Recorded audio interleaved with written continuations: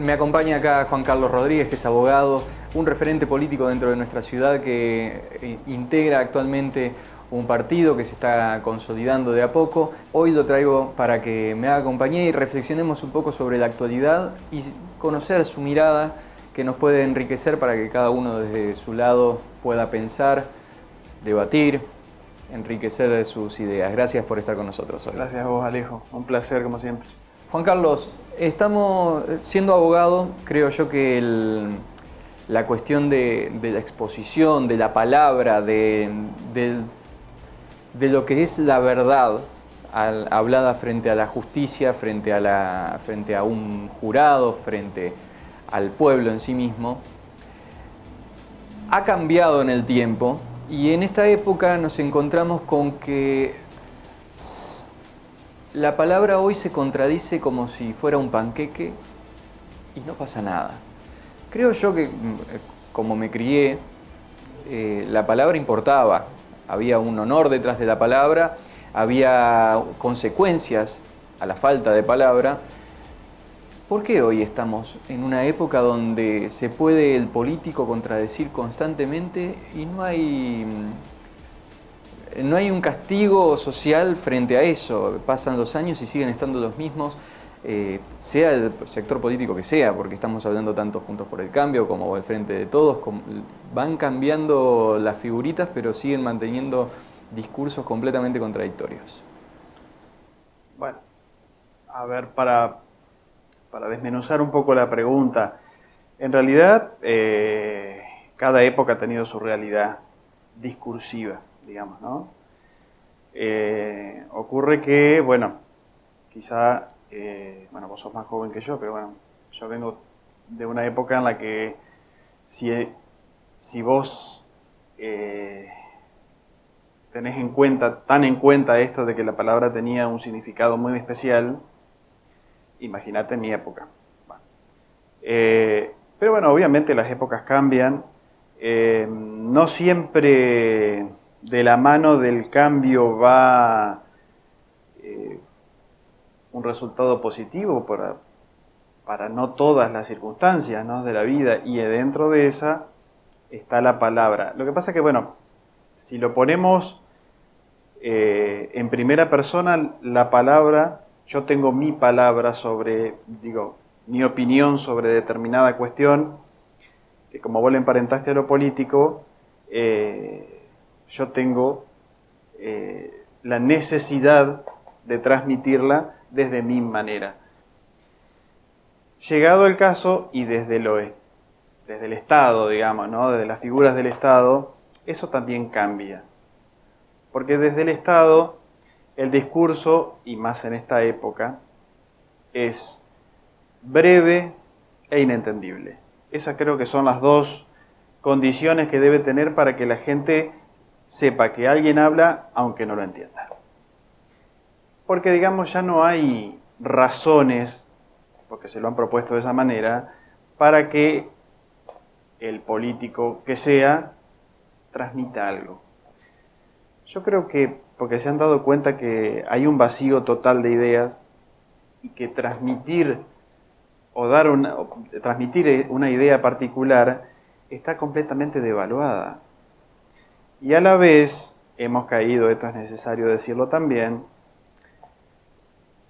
en una realidad que tiene que ver con la educación y con la formación, que hace agua, evidentemente. Porque el sistema educativo se ha fijado metas por sobre, no sobre el enriquecimiento pleno de la persona, sino sobre un sistema que tiene que ver con para decirlo de alguna manera, del cruce de años en años, para que la persona no se frustre, como que si en algún momento la frustración para nosotros fue algo determinante para la escolaridad, por ejemplo. Bueno, ellos piensan que la frustración es una cuestión terrible que tiene que erradicarse, entonces la calidad de la educación empieza a bajar, y por eso muchas veces uno ve la diferencia entre la educación pública y la educación privada, ¿no? Traduzco hasta acá más o menos lo que voy comprendiendo de tu perspectiva. Hay entonces una ausencia de ideas, o quizás a la gran Menem, si les cuento lo que venía a hacer no me hubiesen elegido, hay una quizás perversión en las ideas, entonces no se pueden contar. Entonces se mantienen con eslogans, cosas que transmitan no una idea sino una emocionalidad, y para que eso se impregne en el público también necesitaron que haya una ausencia de educación y una ausencia de pensamiento desarrollado en profundidad. Claramente. Yo no lo hubiera podido decir mejor. Lo dijiste, te estoy traduciendo lo que dijiste. Yo creo que, a ver, esto no es es una percepción y es mi percepción. Yo siempre digo que esto cambió desde los 90 para esta parte, ¿no? En los 90 la realidad fue muy distinta a lo que veníamos viviendo antes de los 90, pero por bien y por mal y por las consecuencias que posteriormente tuvieron lo anterior y lo posterior a los 90. Pero particularmente hubo dos cuestiones que me parecen a mí centrales en el país, en el Estado y la relación de la gente con el Estado. En los 90 se empezó a cambiar el ahorro por el crédito y nos volvimos, consecuentemente, ya no una comunidad, sino sujetos individuales, con lo cual todo aquello que se hacía de manera mancomunada, el Estado dijo no, que cada uno lo haga como pueda, y nos compramos una realidad que por supuesto después en el 2001 estalló por los aires y nos llevó puestos. Alguien ya preveía, esta es una realidad completamente ficticia, y hablo de la realidad económica de los 90, que se tradujo también necesariamente en una realidad social. Yo creo que uno, y a ver que no se malentienda, ¿no? Las ideas, no sé yo creo que las ideas se atomizaron porque todo, como vos decís, depende de un eslogan que es mucho más sencillo y prende más en una época vacía de contenido también, en la cual hay solo un sector que sigue pregonando nada menos que por la institucionalidad. Digo, la institucionalidad es todo, es como uno entiende el Estado, como uno entiende la economía. Pero está vacía de su esencia. Y está vacío porque no se discute, nadie discute. Es más, y les ha ido muy bien, enterraron la institucionalidad. La sacaron del estamento democrático, o sea, la democracia en sí misma es institucional. No existe la democracia individual, es colectiva siempre. Y eso tiene una institucionalidad que debe respetarse profundamente, debe defenderse profundamente. Bueno, eso lo han erradicado y les ha ido fantástico. Hoy, si vos le preguntás, salimos de acá y le preguntamos a un vecino qué pasa y le decimos qué le gustaría para las próximas elecciones, por ejemplo. Y yo creo que no quiere involucrarse. Mire, yo la verdad estoy con mis cosas, estoy con mi familia, estoy con mi vida, trato de vivir lo mejor que pueda. Total van a hacer lo mismo. Total van a hacer lo que ellos quieren. Es una realidad completamente contrastable, porque de hecho hacen lo que ellos quieren, han hecho lo que ellos quieren desde las instituciones. Entonces, pero eso lo han conseguido ellos con ese accionar. Digo, que la gente se desinterese completamente por el otro y por algo más grande, por los otros, por todos nosotros. Porque el Estado es eso es la institución, es todos nosotros. Bueno, han logrado durante del 2000 en adelante, yo te diría de los 90 en adelante, han logrado que la gente piense de esa manera. Cuidar el propio rancho, tiran etiquetas como son los eslogans y que cada uno agarre la etiqueta si le quede y si le conviene. Y van viendo también qué etiqueta es la que va funcionando mejor. Totalmente. Ahora, cuando lo pensamos de esa manera y vamos comprendiendo la dificultad de la unidad, hoy tenemos todavía sindicatos, tenemos partidos políticos que funcionan casi de forma orgánica, lo llaman hoy en día, como si vas a tener una queja, quejate para adentro. Que no se enteren los demás porque nos arruinás la imagen que estamos tratando de consolidar. Y se perdió eso, se perdió, capaz nunca estuvo, de que haya verdaderamente un debate, una honestidad en el choque de criterios, a ver de cuál es el mejor camino. No, fue electo un candidato y terminó siendo el que maneja un gobierno, que maneja una entidad, una institución, o que maneja, por ejemplo, lo que puede ser un sindicato, una organización. Y a partir de ahí entonces se hace lo que la cabeza electa se decide o considera. Todos los demás, si tienen algo para, esperen su momento. Como dijo Cristina, si no les gusta como gobierno, hagan su partido y ganen elecciones. Es decir, es la dictadura del ganador en el momento. Y eso pasa en todas las instituciones, en todos los niveles institucionales. ¿Qué podemos esperar en este año electoral que ya viene desde hace medio año atrás? Yo siempre estoy diciendo que estamos en las elecciones, la campaña electoral más larga de historia, porque nunca fue blanqueada desde tan temprano las aspiraciones de, bueno, estamos en pausa hasta que vengan las nuevas elecciones. Nunca pasó a calzón quitado, vamos a decirlo, porque seguramente ha pasado detrás de bambalinas. Pero ahora ya es directamente abierto. Entonces, ¿qué podemos esperar de las elecciones? ¿O por qué esperar hasta las elecciones cuando los problemas siguen estando hoy?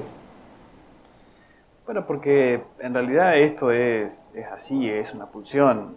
Digo, nosotros formamos parte de esta sociedad en la que, bueno, hablamos particularmente yo formo parte del Frente Vecinal Gualeguaychú, que es un partido nuevo vecinal, formado el año pasado, y bueno, digo, uno objeta todas estas cosas porque viene de un tiempo en el que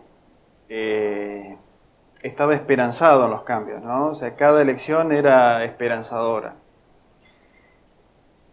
Digo, y ni siquiera sin entrar en el debate de quiénes son buenos y quiénes son malos, o sea, y ni decir si son buenos estos o son malos aquellos. Ellos solo se las arreglan para demostrarlo. Digo, no es necesario que yo venga a decir lo actual es terrible y lo anterior era buenísimo, porque decididamente no es así. Pero eso te digo, conforma la pulsión esperanzadora que tiene el ser humano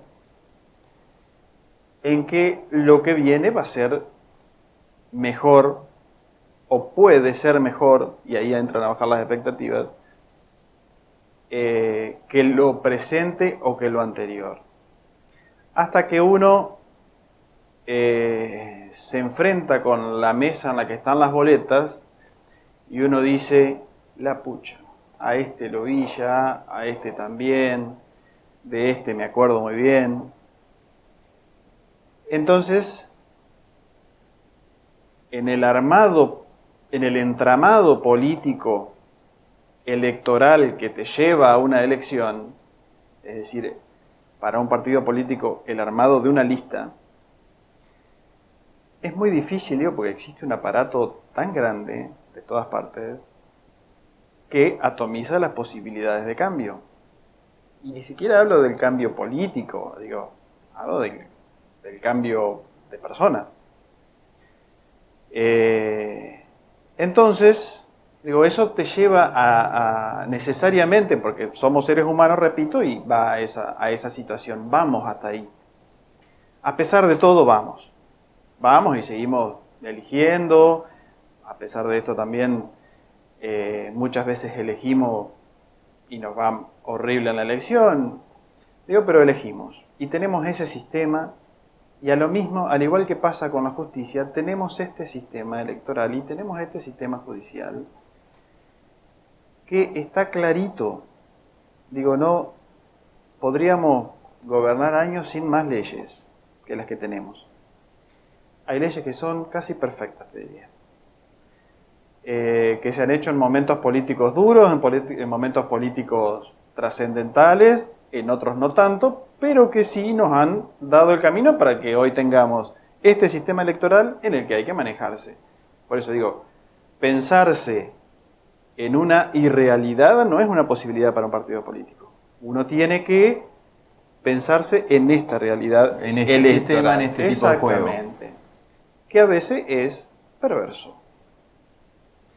Notoriamente perverso, debo decirlo. Porque hay aparatos político-electorales que al resto, digamos, te dejan afuera de un plumazo, y entonces empieza a caerle la ficha a la gente que tiene mucha esperanza en que viene el tiempo de la elección y tenemos que ir a ese lugar a como dé lugar. Yo digo, a veces ir a esos lugares nos ha costado muchísimo. Nos ha costado energía propia, le ha costado a gente hasta la salud. Digo, hay que repensar un poco lo que queremos, de qué manera lo queremos y decírselo a la gente. En esa cuestión estamos desde el Frente Vecinal Gualeguaychú. Decimos, somos esto, somos un grupo. No tenemos ni candidato. No tenemos ganas de tener un candidato todavía. Por supuesto que, como todo partido político, aspirando a una lista lo vamos a tener oportunamente. Pero nosotros potenciamos el grupo. Este es nuestro grupo. Que primero esté lo colectivo y la idea, que era lo que estábamos hablando al principio. Exactamente. Y discutimos la idea y la volvimos a discutir. Hay grandes ideas para discutir que muchas veces no tienen que ver con política. Ahora, no sé si me llegó a explicar en la encerrona en la que nos encontramos cuando la democracia y el sistema está generando que vos esperes hasta las elecciones con la expectativa que decías y que de repente cuando llegás elegís, sale bien, sale mal, no importa. La cuestión es que, frase de un concejal conocido de la ciudad, dijo, nosotros tenemos el 65% de los votos, no tendría por qué explicar esto, pero lo voy a explicar. Es decir, como se decidió desde el gobierno electo y por mucha cantidad de votos, la otra parte, 35% en matemática, queda no solo aislada y separada, sino completamente acallada. Esperen a su momento. Este es el momento de esto. Es decir, la expectativa política termina en una encerrona donde nunca se van a articular todas las partes, siempre van a quedar desplazados. A pesar de que después hablan de inclusión, hablan de incorporar, hablan de diálogo y de consenso, en la práctica terminan aplastando por completo a aquel que tiene el poder a todos los otros con tal de mantenerlo incluso después. Bueno, pero digo... Si vos decís que jugamos dentro del sistema y con las reglas de este sistema, ¿qué garantías hay de que cuando llegue el momento hasta el mismo partido flamante que están creando no termine en el mismo juego? Bueno, porque es una situación que existe y es una situación en la que te ponen. Pero por eso, y remonto diciendo que tiene una fase perversa de mucha perversidad. Porque en realidad, y esto forma parte de lo que hablamos al principio, ¿no? Las ideas no son solo ideas, las ideas son bases. Principios. Y son la base de un pensamiento. Digo, no... Y son las ideas que se vienen discutiendo desde la vuelta de la democracia. No son ideas, siquiera son revolucionarias. Porque no se puede revolucionar en un sistema en el que la idea no se discute, básicamente. Las sesiones del Congreso, no sé si has tenido oportunidad, pero son, tanto en lo provincial como en lo nacional, son de una pobreza terrible. Digo, no solo ahí se batallan estas cuestiones de las que vos hablás, ¿no? Los personalismos absolutos, los mandatos. Bueno, en un momento se dijo que el Congreso era la escribanía del gobierno, ¿no? Es decir, no es otra cosa que eso en algún punto. El debate que en un momento hubo en el Congreso y que es completamente necesario, ya no existe. Sí, hoy se escuchan incluso los grandes discursos de los legisladores gritándose unos a otros sin escucharse. No hay el escucha. Hay hablar, pero no hay escucha.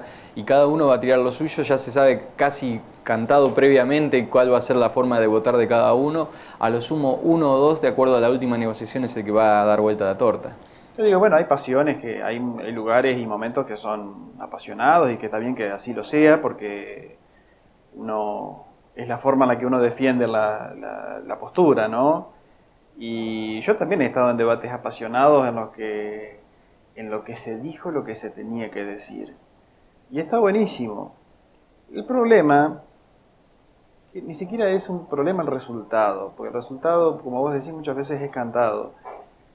Pero la discusión en sí misma se refiere más a que esa legislatura tenga la propia capacidad y la propia autonomía de funcionar como tal, y no que sea un apéndice del Ejecutivo que lo que le mandan. Ahí caemos en la organicidad de la que hablaba hoy, en las instituciones, en los partidos políticos. Dejémonos para adentro, todos los demás acatan la orden de aquel que ganó y que está encabezando la... No le sale, Alejo, tampoco le sale de esa manera, porque hoy vemos discusiones, es decir, en la tapa de los diarios nacionales de todos los días es saber qué palabras se dijeron Cristina y Alberto peleándose. O sea, ni siquiera, uno se fomenta esa situación. Debe tener algún fin ese fomentarlo, porque supongo que debe tener un fin del que alguno se aprovecha, indudablemente.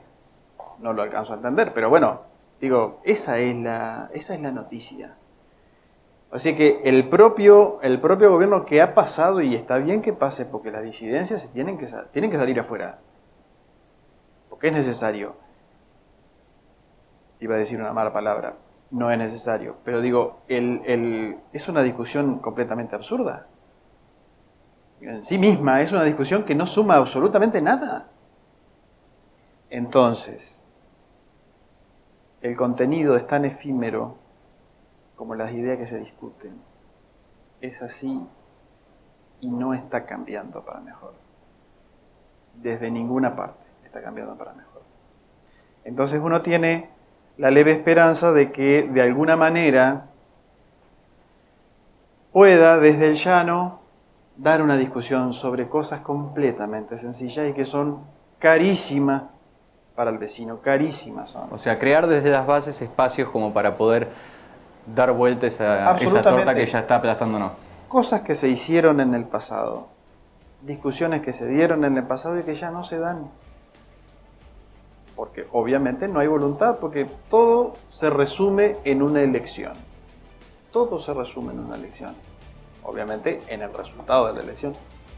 Y para eso vamos a trabajar. Para eso se trabaja. Juan Carlos, muchísimas gracias. Un placer. Hemos hablado un poco de todo con Juan Carlos Rodríguez, que es abogado y que hoy nos acompañó para poder hacer esta breve charla de reflexiones acerca de la actualidad que estamos viviendo.